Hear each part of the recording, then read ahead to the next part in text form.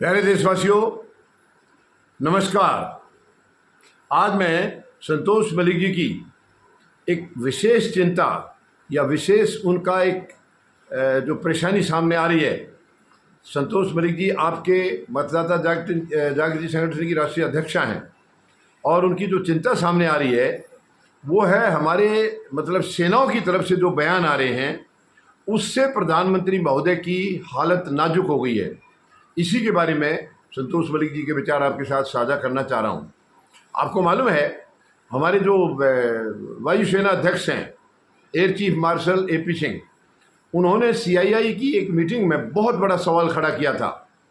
उन्होंने पूछा, मैं वहाँ कहा था कि हमें बड़ा खेद है कि कोई भी प्रोजेक्ट जो है वो टाइम से पूरा नहीं होता है, चाहे वो जेट का मैन्युफैक्चरिंग का है, चाहे वो किसी और आर्म्स एम्युनिशन का कुछ भी है, तो आज तक समय से पूरा नहीं हुआ है। ये बहुत ही हमारे लिए दुख की बात है। और वायुसेना अध्यक्ष ने यहाँ तक कहा था कि जब कॉन्ट्रैक्ट साइन होता है तो उस वक्त पता होता है कि ये टाइम से पूरा होगा या नहीं होगा। तो ये अगर जब उम्मीद है कि होगा ही नहीं पूरा तो कॉन्ट्रैक्ट साइन क्यों किया जाता है, और साइन किया जाता है तो उसको पूरा करने की गारंटी क्यों नहीं होती है। ये बहुत बड़ा सवाल था, बहुत बड़ा सवाल था। इससे प्रधानमंत्री महोदय असहज हो गए थे। लेकिन अभी दोबारा हमारे CDS सिंगापुर गए हुए थे किसी कॉन्फ्रेंस के लिए। वहाँ पत्रकारों ने उनसे पूछ लिया, दो सवाल किए उनसे। उसके बाद प्रधानमंत्री महोदय की हालत और ख़राब हो गई है।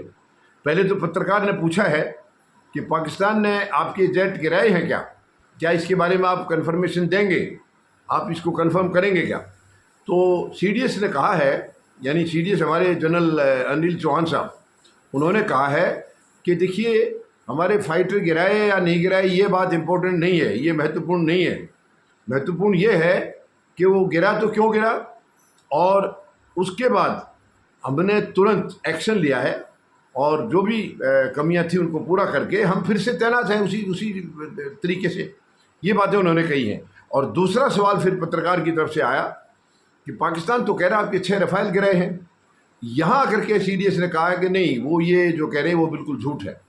तो कहने का मतलब है, ये तो साफ है कि विमान तो हमारा गिरा है, जेट तो हमारा गिरा है। अब 1 गिरा या 2 गिरा या ज़्यादा गिरे, ये संख्या CDS साहब बिल्कुल बताने से एक किस्म से उन्होंने किनारा किया।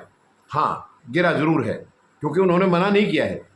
उन्होंने एक शब्द भी ये नहीं कहा है कि नहीं हमारा कोई जेट नहीं गिरा है।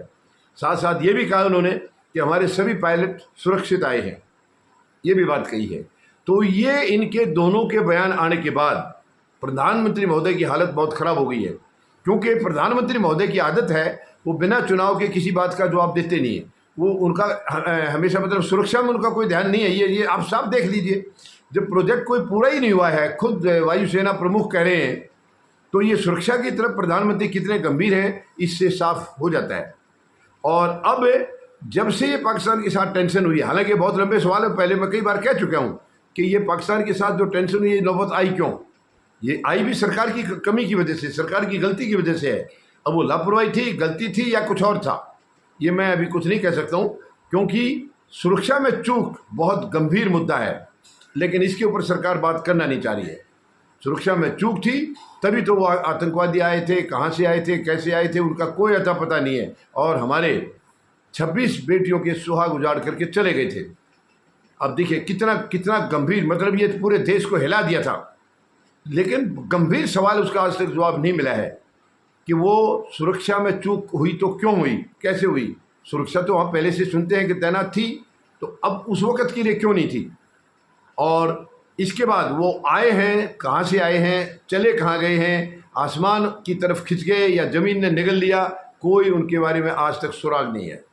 तो ये बहुत बड़ी चिंता की बात है। ये तो पहले से चल रहा है और विपक्ष पूरी ताकत लगा रहा है कि सरकार एक विशेष संसद सत्र बुलाए और एक ऑल पार्टी मीटिंग बुलाए, लेकिन प्रधानमंत्री महोदय सुनने के लिए तैयार नहीं है। मगर अब जब खुद सेनाओं की तरफ से ऐसे सवाल किए गए हैं जिसका कि प्रधानमंत्री महोदय कोई उनके पास जवाब है ही नहीं इसका, वो जिन चीज़ों को छिपाते फिर रहे हैं वो चीज़ें सेना प्रमुखों ने कह दी हैं। और ये बहुत गंभीर सवाल है, बहुत गंभीर सवाल है।